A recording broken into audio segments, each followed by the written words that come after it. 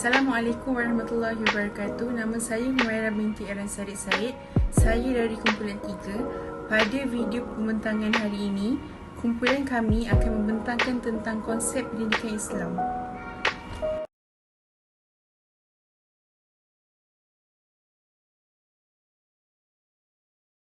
Assalamualaikum. Bagi pengenalan konsep pendidikan Islam secara umumnya bererti mendidik, membentuk serta melatih individu dalam pelbagai aspek seperti jasmani, rohani, akhlak, akal dan kesedaran sosial bagi melahirkan individu yang bertoleransi, beriman dan beramal dalam mempelajari pendidikan Islam. Konsep pendidikan Rabbani telah ditekankan dalam penyampaian pendidikan Islam bersumberkan bimbingan ilahi agar tidak lari dari landasan agama. Rasulullah SAW telah memperkenalkan konsep pendidikan seumur hidup, belajar dan mencari ilmu sepanjang hayat tanpa membezakan lelaki dengan wanita. Hasilnya, pendidikan Islam dapat membuktikan bahawa pendidikan berpandukan wahyu Allah melahirkan individu yang berilmu dan bertanggungjawab pada diri, keluarga dan masyarakat demi mencapai kebahagiaan yang mutlak kerana Allah. Kesimpulannya, dalam mempelajari apa-apa pendidikan yang dikehendaki oleh Islam ialah satu proses akal rohani, ijtimaiyah iaitu kemasyarakatan dan akhlakiyah iaitu akhlak manusia. Maka bagi melahirkan manusia yang sempurna, nilai-nilai Islam yang berlandaskan Al-Quran dan Sunnah harus diketengahkan, dipraktikkan dalam kehidupan seharian dan dalam pembelajaran. Untuk objektif dan hasil pembelajaran pula, kita dapat mempelajari tentang konsep pendidikan Islam, dapat menjelaskan tentang tujuan pendidikan Islam, dapat membincangkan tentang sejarah pendidikan Islam di zaman Rasulullah dan dapat menjelaskan kesan baik dan kesan buruk tanpanya.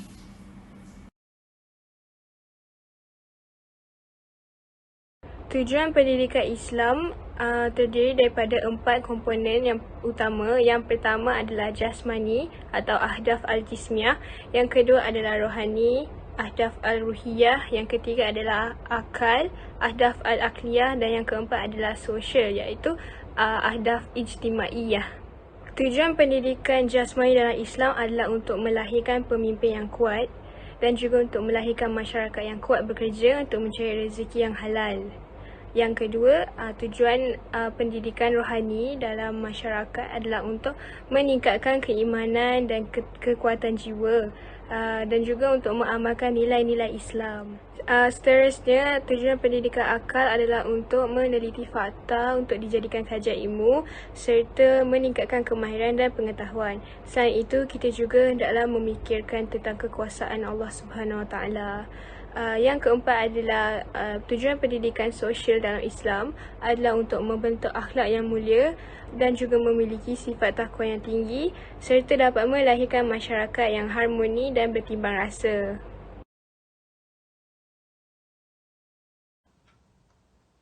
Antara kaedah utama adalah dengan kaedah galakan terhadap pendidikan Islam terhadap kanak-kanak. Hal ini kerana kanak-kanak merupakan generasi baru yang bakal menjadi pemimpin pada masa hadapan dan mereka lebih mudah untuk dibentuk. Galakan juga boleh diertikan sebagai semangat atau dorongan yang diberikan supaya terus maju. Dengan kata lain, galakan juga boleh dimaksudkan dengan memberi motivasi. Terdapat 4 perkara yang mempengaruhi motivasi diri seseorang. Keempat-empat perkara tersebut iaitu minat, desakan dan keperluan, naluri dan inkuiri serta sikap, harapan dan aspirasi adalah merupakan antara faktor-faktor utama dalam memberi galakan terhadap individu atau satu kelompok tertentu untuk melakukan sesuatu.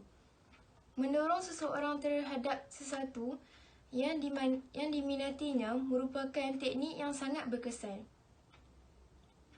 Aktiviti yang dilakukan kerana minat akan mendatangkan kepuasan terhadap seseorang individu dan individu tersebut akan mendorong untuk melakukan aktiviti berulang-ulang. Dalam hal ini, bagi mendorong seorang kanak-kanak itu untuk mempelajari pendidikan Islam adalah penting untuk kita menanamkan minatnya terhadap subjek tersebut. Tugas ini bukan sahaja untuk guru, malahan kepada ibu bapa, bagi meningkatkan minat anak-anak terhadap pendidikan Islam. Rumah merupakan permulaan tempat bagi didikan anak-anak. Minat terhadap pendidikan Islam dapat diterapkan dengan menghidupkan suasana yang Islami. Antara perkara yang boleh menarik minat mereka adalah bercerita kisah-kisah tauladan dari zaman Nabi-Nabi, sahabat dan orang soleh. Adat membaca kisah-kisah tauladan sebelum tidur merupakan satu contoh yang dilakukan oleh Barat terhadap anak-anak mereka. Bagi umat Islam, seharusnya diubah adat itu agar memberi lebih manfaat terhadap anak-anak. Mengulangi kisah-kisah tauladan ini pada setiap hari dapat membantu bagi memberi penegasan terhadap anak-anak terhadap sesuatu perkara. Kaedah kedua ialah amalan dan rujukan. Al-Quran merupakan sumber utama bagi umat Islam di seluruh dunia dan menjadi satu kewajipan kepada seluruh umat Islam menjadikannya sebagai rujukan utama, terutamanya dalam pengamalan sebagai seorang Islam. Apa saja yang datang dari Al-Quran adalah yang baik dan wajar dijadikan panduan. Al-Quran yang diturunkan kepada Nabi Muhammad secara berperingkat-peringkat atas sebab penurunannya. Malahan, terdapat ramai cendekiawan daripada kalangan orang bukan Islam yang menyatakan kebenaran daripada ayat-ayat dalam Al-Quran. Terdapat pelbagai kajian yang dibuat dan telah membuktikan apa yang terdapat di dalam Al-Quran adalah benar. Kebenaran dan kepelbagaian kebaikan daripada Al-Quran dan Al-Sunnah tidak dapat dinafikan, malahan terdapat sebuah suruhan jaya antarabangsa. Mukjizat saintifik Al-Quran dan As-Sunnah diwujudkan oleh Rabitah Al-Alam Al-Islami yang ditubuhkan khusus bagi memanfaatkan penemuan-penemuan sains bagi memahami Al-Quran dan As-Sunnah dengan lebih baik. Maka di sini dapat disimpulkan apa sahaja yang datang dari Al-Quran dan As-Sunnah dapat digunakan sebagai satu sumber rujukan utama bagi pelbagai perkara, khususnya dalam mencari serta mendapatkan kaedah-kaedah terbaik untuk digunakan pakai pada dunia pendidikan. Akhir sekali, pembentukan nilai dan modal insan. Pembentukan nilai dalam diri merupakan salah satu asas penting dalam meningkatkan lagi pembangunan model insan yang ada. Menyatakan bahawa antara cabaran yang dihadapi pada abad ke-21 adalah cabaran dalam membangunkan modal insan dalam diri masyarakat. Berakhlak mulia, meningkatkan pengetahuan serta berdaya saing antara perkara yang menjadi aspek penting dalam mengukur modal insan dalam diri masyarakat.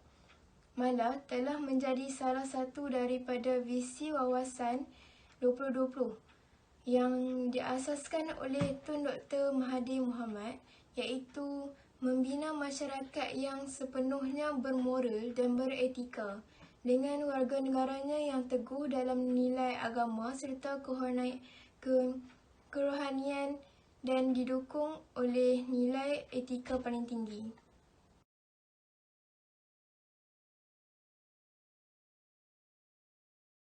Okey, jadi untuk slide seterusnya, sejarah pendidikan di zaman Rasulullah. Sejarah ilmu pertama adalah ketika Nabi Muhammad SAW telah menerima wahyu yang pertama oleh Allah SWT di Gua Hira, iaitu surah Al-Alaq ayat 1 hingga 5 pada 610 Masihi.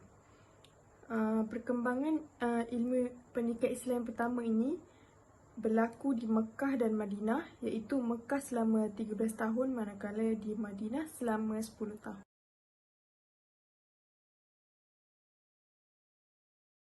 Seterusnya merupakan objektif pendidikan pada zaman Nabi Muhammad SAW. Tujuan pertama adalah untuk membentuk kepribadian Islam yang sejati serta mempertahankan agama Islam sebagai agama suci Allah SWT. Yang kedua adalah untuk membentuk kepribadian diri yang mulia dan mengamalkan kehidupan persaudaraan yang berlandaskan syariat Islam. Yang ketiga, melakukan perbuatan baik seperti melakukan kebajikan, mengamalkan kejujuran serta amanah dalam melakukan tanggungjawab, kesediaan untuk berjuang di jalan Allah dan bertaubat ketika melakukan kesalahan serta sedar untuk tidak mengulangi perkara tersebut. Seterusnya adalah cara penyebaran pendidikan Islam di Mekah. Di Mekah berlaku penyebaran Islam secara dua peringkat, iaitu peringkat rahsia dan terbuka. Jadi peringkat rahsia terjadi selama 3 tahun, manakala secara terang-terangan ataupun terbuka dilakukan selama 10 tahun. Secara rahsia, Rasulullah hanya berdakwah kepada kaum keluarga dan sahabat terdekat sahaja, iaitu berpusat di rumah Al-Arqam bin Abi Al-Arqam. Secara rahsia, agama Islam disebarkan kepada ahli keluarga Nabi Muhammad, kemudian sahabat baginda, kemudian kaum kerabat yang terdekat.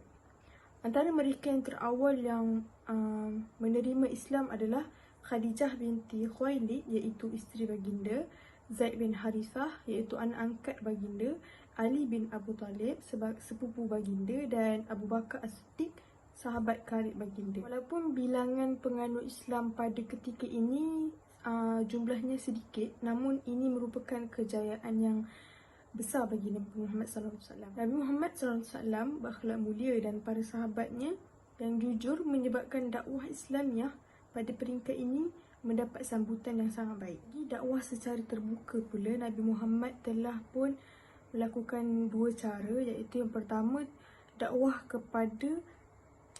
secara terbuka kepada kaum kerabatnya sendiri, yang mana Rasulullah telah mengadakan majlis ceramah di rumah Ali bin Abu Talib dan baginda menerangkan tentang Islam. Ada di antara kaum kerabat Nabi menerima seruan baginda, tetapi ada juga yang menentang. Contohnya seperti Abu Lahab, iaitu bapa saudara Nabi Muhammad SAW, yang merupakan seorang yang paling kuat menentang ajaran Islam.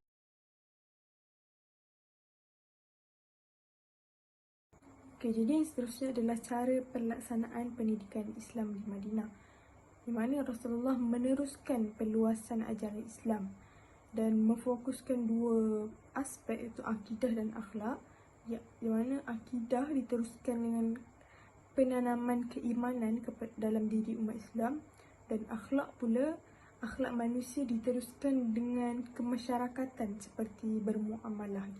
Yang seterusnya adalah institusi pengajian.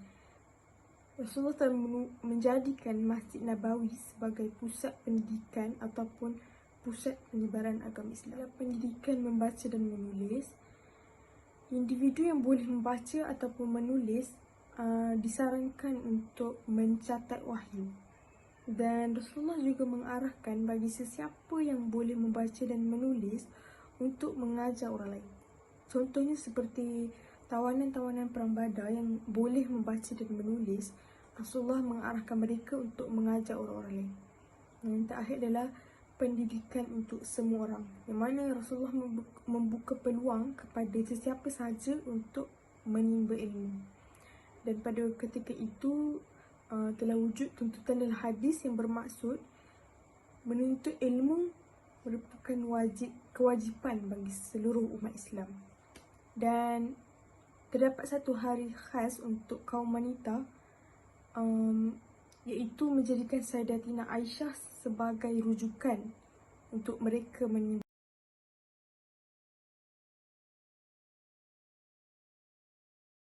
Pendidikan di Madinah. Terdapat dua institusi pendidikan yang penting pada waktu ini.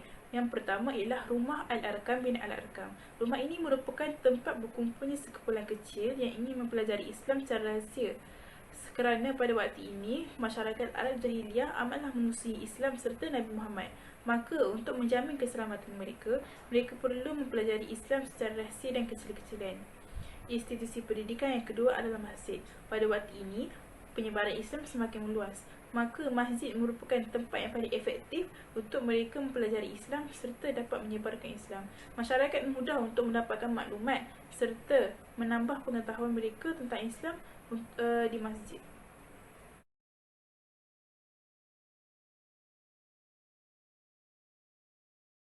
Baiklah, kesan baik terhadap konsep pendidikan Islam antaranya interaksi dengan kebudayaan lain.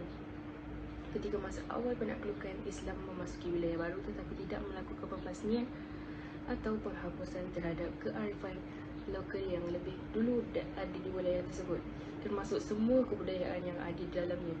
Islam mempelajari kebudayaan baru tersebut dan mengambil hal-hal positif yang terkandung dalamnya. Islam menyadari bahawa kebudayaan merupakan hasil kreasi akal manusia yang harus dijunjungi tinggi. Mereka memiliki semangat yang tinggi untuk mengetahui hal-hal baru dari kebudayaan bangsa lain. Okey, seterusnya kepimpinan pemerintahan dan politik sesuai keahlian. Langkah Khalifah Al-Mansur menjadikan peradaban Islam menjadi lebih maju dengan mengambil unsur-unsur positif dari sistem Persia yang lebih dulu ada. Seluruh bidang politik dan pemerintahan berjalan sebagaimana mestinya kerana dijabat oleh orang yang benar-benar ahli. Khalifah tidak terlalu memperhitungkan faktor kebangsaan dan kesukuan dalam jabatan politik. Khalifah hanya akan memberikan jawatan kepada orang yang dianggap mampu membantu mereka.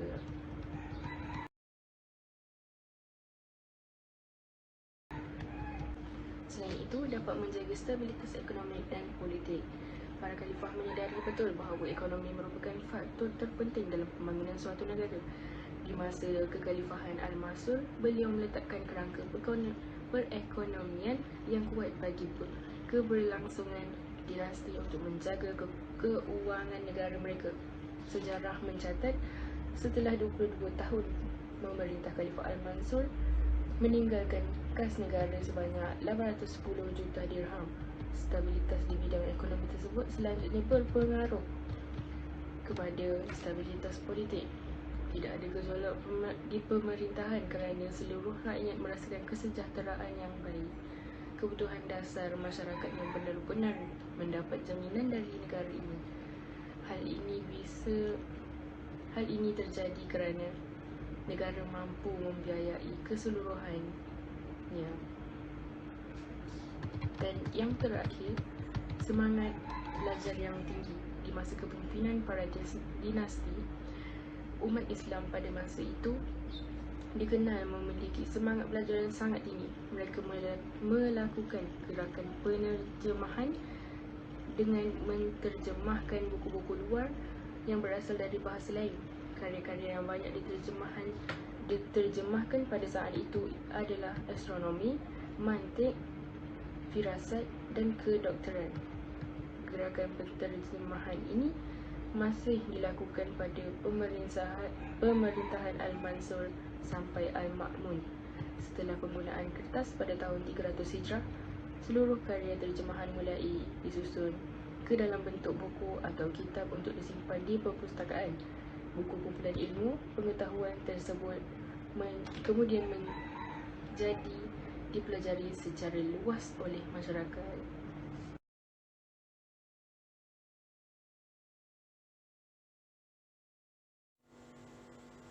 Yang seterusnya, saya akan menerangkan tentang kesan buruk sekiranya pendidikan Islam tidak diterapkan dalam kehidupan masyarakat seharian. Yang pertama, keruntuhan moral dan sikap umat Islam. Keruntuhan moral ini disebabkan oleh pengaruh budaya barat yang banyak membawa masuk hiburan, kesenian dan pelbagai budaya kuno yang melalaikan sehingga dianggap sebagai kemajuan oleh generasi muda zaman kini. Hal ini menyebabkan keruntuhan dengan sikap umat Islam yang tidak mahu menyahut cabaran dalam menuntut ilmu. Strategi ini telah lama disusun rapi oleh kuasa barat untuk melemahkan umat Islam dalam menuntut ilmu, sama ada fardu ain maupun fardu kifayah. Akhirnya, golongan remaja mempunyai akhlak yang rendah kerana tidak menerapkan ajaran Islam dalam kehidupan mereka. Yang kedua, kegagalan dalam sistem pentadbiran dan pengurusan. Sejak pada abad ke-11 Masihi, Barat telah melancarkan gerakan kolonialisme dan memaksa negara jajahan bawahan untuk menerima sistem sekular Barat dalam sistem pengurusan dan pentadbiran. Gerakan ini bertujuan untuk menyerahkan urusan kepada golongan birokrat yang berpendidikan sekular. Menurut Muhyiddin Haji Yahya, bahawa golongan ini telah dikenali sebagai golongan birokrat yang mendapat pendidikan Inggeris sekular yang mentadbir dan memimpin negara. Akhirnya, ilmu bidang pengurusan dan pentadbiran Islam telah lumpuh. Ini kerana ada sesetengah orang yang berfikiran junub bahawa dengan mengamalkan sistem pentadbiran Islam adalah kuno dan tidak membawa manfaat kepada negara.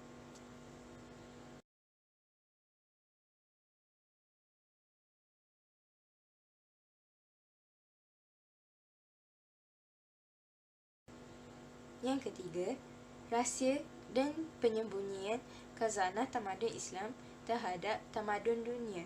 Sebahagian sumbangan khazanah besar tokoh-tokoh Muslim telah disembunyikan dan diubah suai sehingga dianggap sumbangan daripada tokoh barat seperti ilmu astronomi. Sebahagian besarnya disimpan sebagai dokumen rujukan di negara-negara barat. Kesan daripada itu, sejarah yang kita pelajari selama ini sudah diubah suai dan tidak didedahkan perkara yang sebenar.